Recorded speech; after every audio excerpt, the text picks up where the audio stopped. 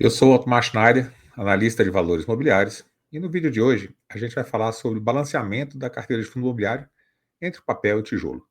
E se você gosta desse tipo de conteúdo e gostaria de aprender a investir melhor, aqui embaixo você vai encontrar link para os meus relatórios de fundos imobiliários, relatório de FIP, de FINFRA, e também para a nossa comunidade do YouTube.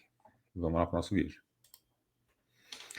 Então, o balanceamento da carteira de papel e tijolo, o vídeo de hoje ele foi pensado, né, na pergunta, né, de um assinante do meu relatório, e eu achei bastante interessante, né, a dúvida dele. E aí eu trouxe, né, alguns pontos, não identifiquei, né, um assinante que eu não sei se ele gostaria de ser identificado, mas eu trouxe alguns pontos da pergunta dele. Então, eu possuo uma carteira, 55% tijolo e 45% papel e infraestrutura. Então, ele tem maioria aqui de tijolo, 55%, 45% de papel e FIINFRA. Aí ele pergunta, é um momento oportuno para mudar a alocação? Né? Qual percentual é interessante entre papel e tijolo? Principalmente em momentos de incerteza. Então ele estava pensando em aumentar a questão da participação em tijolo e perguntou se é um momento oportuno. Então, eu vou falar um pouquinho, né, sobre as características de cada um, depois eu vou falar sobre a diversificação da carteira e a gente vai concluir o assunto aí de forma bem relevante, né, para o conhecimento, né, de uma forma geral.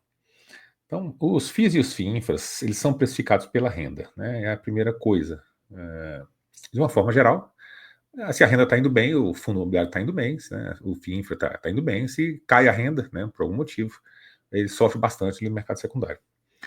No caso do papel, ele é mais defensivo, né, com relação a essas características, né, porque o papel ele tende ali a rotacionar o VP, ele está sempre perto do VP, se bem que esse VP ele varia bastante, né? Então ele é marcado para baixo nas crises, então a gente tem uma taxa de juros muito alta, o VP dos fundos de papel vai caindo, mas ele também é marcado para cima, né? Esse VP vai para cima nos momentos de expansão da economia, né? A taxa de juros está caindo, né? O VP dos fundos imobiliários, né? Tanto papel quanto tijolo, eles vão subindo.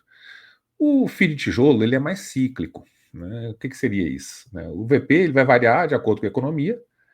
A redução tende a impulsionar esses fundos aqui, né? E a renda também influencia bastante. Então, o tijolo ele tem uma renda mais certinha, né? Porque é contrato de aluguel, aquela coisa toda. E o fundo imobiliário de papel não, né? Você está indexado ao CDI, CDI mais não sei o quê, a inflação, IPCA mais, aí cada mês a inflação varia. Então, os rendimentos do FII de papel tendem a variar muito mais do que de FII de tijolo, né? Então, a renda vai influenciar bastante esse tipo de ativo. E a vacância e os ciclos econômicos setoriais também. Então, se você pega um fio de tijolo e o preço do metro quadrado que estão pedindo nele é muito baixo, né? Mas a vacância está reduzindo basicamente bastante, né, ao longo do tempo ali. Então, esse preço, né, do aluguel ele tende a subir e também a distribuição do fundo imobiliário ela tende a subir. Aí você tem um momento que tem vacância, né, você diminui, né, essa questão da distribuição. Então, o tijolo ele sofre mais com alguns ciclos. E quando eu coloco sofre, não é só para o mal, né? É para o bem também. Então, esses ciclos vão influenciar positiva e negativamente, né, os FII de tijolo. Né? A depender, né, ele pode pegar o vento a favor, ele vai muito mais forte, o vento contra, ele vai muito mais fraco. Né? Então, ele é mais cíclico.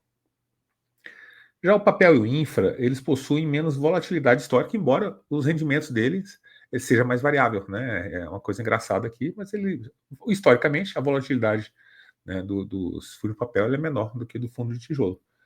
Então, eles sobem menos, o preço da cota também cai menos, né, no mercado. Então, eles costumam ter também uma maior liquidez, as pessoas não têm muito amor a FII de papel, então o cara precisa do dinheiro ali, está mais ou menos no VP, o mesmo VP se ele comprou, já recebeu os rendimentos, a pessoa vai e vende. Então, eles têm normalmente costumam ter maior liquidez e possuem uma maior diversificação. Então, você tem uma carteira, né, o fundo imobiliário tem 100 ativos, né, cada ativo ali pode ter vários contratos, então você tem uma diversificação muito maior, né, do que um fundo de tijolo que tem alguns imóveis, tem 15, 20, 30 imóveis, né, e no caso do fundo de papel você tem muito mais ativos. O papel e o FIINFRA, o calote é recuperável. Então, o cara deixou de pagar o contrato ali, né, você entra com a extrajudicial, com a judicialização, você consegue recuperar essa parte aí que você não recebeu. Né? A vacância do FII de tijolo, não. Se o FII de tijolo está vago, não alugou para ninguém, não tem de quem cobrar. Né? Então, isso aí é um dinheiro não recuperável. Então, são características diferentes. Uma positiva aqui, né? A gente colocou a positiva aqui do tijolo, né? Do papel. E aqui, ó, no FII de papel, ele tem isenção do imposto sobre inflação. Né? Então, o FII infra e o FII de papel, eles têm essa característica bem interessante, positiva, que é a isenção do imposto sobre a parte da inflação. Então, ele entrega a inflação ali todo mês no rendimento e você não paga imposto em cima dessa inflação. No FII de tijolo, né, se você comprar ao longo de 10, 20 anos, subir muito o preço da cota, porque ele vai reajustando os contratos ali, né, ao longo do tempo, você tem que pagar o ganho de capital, e entre esse ganho de capital, a maior parte ali é a inflação. Então, você tem a inflação, né, o imposto sobre inflação no FII de tijolo. Então, o FII de papel tem uma vantagem tributária, né, e o tijolo paga IR sobre essa correção da inflação. Então, são características diferentes. Né? O FII de tijolo ele tem uma tendência a se valorizar mais no FII de tijolo, mas o FII de papel é mais defensivo, né? Ele te entrega ali os rendimentos e a inflação ao longo do mês e isento, né, de tributação da inflação. O tijolo, ele é equity, né? Ele é ativo. Equity aqui é uma palavra americana, né, que a gente usa para ativo. Então você investe no ativo quando você está investindo em tijolo, né, no prédio em si.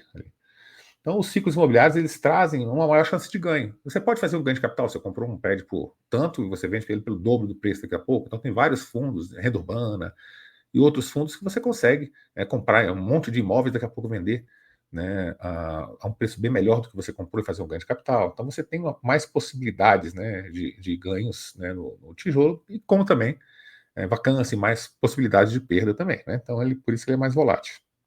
No papel a taxa já é contratada. Né? Esse RI aqui, IPCA mais tanto. Né? Acabou, essa taxa ali está contratada. Então, como há mais risco de volatilidade aqui no tijolo, há mais chance também de ganho acima da média. Né? Também maior chances de perda. Então, o FII de tijolo, né, ele tem essa característica, dá essa questão da segurança, porque é o tijolo, né, se você ficar vago, acontecer alguma coisa, você continua sendo o dono do prédio, né, mas ele tem, né, essa questão de volatilidade aqui intrínseca a ele. Papel e tijolo, eles se complementam totalmente. Então, você está na dívida, outro você está no equity. Né? O que falta em um, o outro possui. Aí tem uma frasinha, o professor Arthur gosta dela, né, fala o seguinte: o aluguel é o juro do tijolo e o juro é o aluguel do dinheiro. Né? Um trocadilho que é bem interessante. Quando você paga aluguel, você está pagando o juro, você está pagando dinheiro para utilizar aquele imóvel. Né? É o juro do tijolo. E quando você empresta dinheiro, né, você está alugando o seu dinheiro. O juro é o aluguel do dinheiro. Um time de futebol, né, ele tem um monte de tipo de jogador diferente. Então, uma carteira, ele é conforme um time de futebol. Então, ele tem que ter um atacante, no meio campo, defensor. Então, a carteira de investimentos, ela tem que fazer sentido. Né? Ela tem que fazer um conjunto que faça sentido para você. Então, não adianta nada você fazer um gol e tomar dois, você vai perder o jogo. Né? Então, você não pode ter só atacante na sua carteira de investimentos. Então, é por isso que a gente diversifica entre renda fixa e renda variável. Né? O vídeo de ontem, o vídeo passado, eu falei, né, sobre essa questão da variação aí, de você conseguir fazer o balanceamento da sua carteira entre renda fixa e renda variável. Né? E de hoje a gente está falando mais especificamente aqui de FII de papel e FII de tijolo. Então, como há mais risco de volatilidade, há mais chance de ganhos acima da média, também maior chance de perda.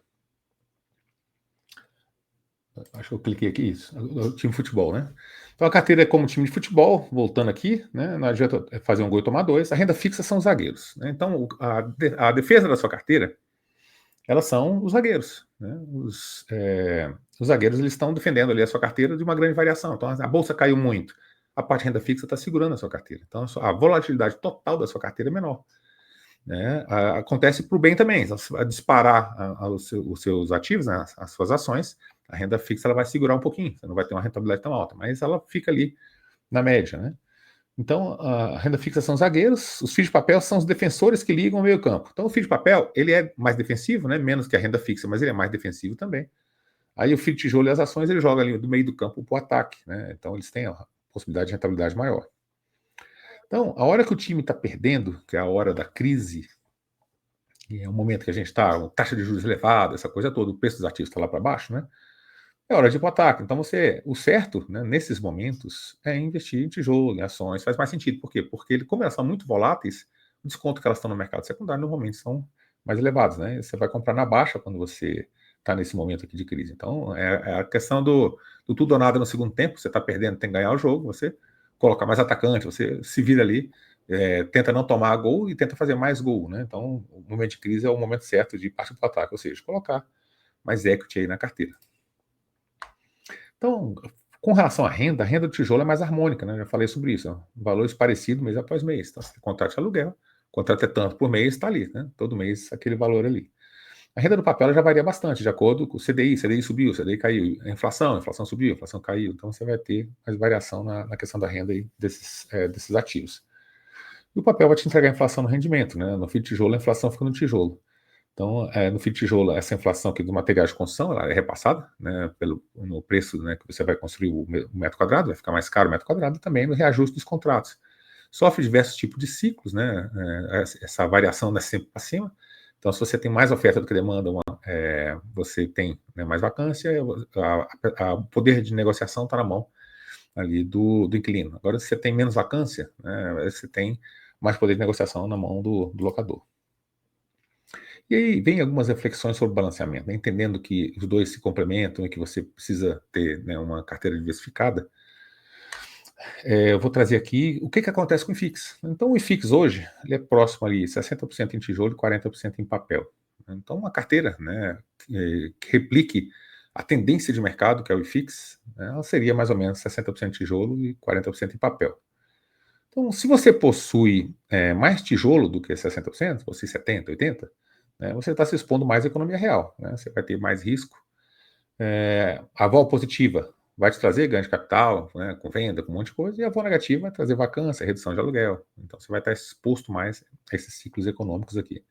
Se você possui mais papel, você está travando uma taxa, né, diminuindo a volatilidade, mas em momentos, né, de grande recuperação, você não vai ter uma recuperação tão forte como você teria no fio de tijolo.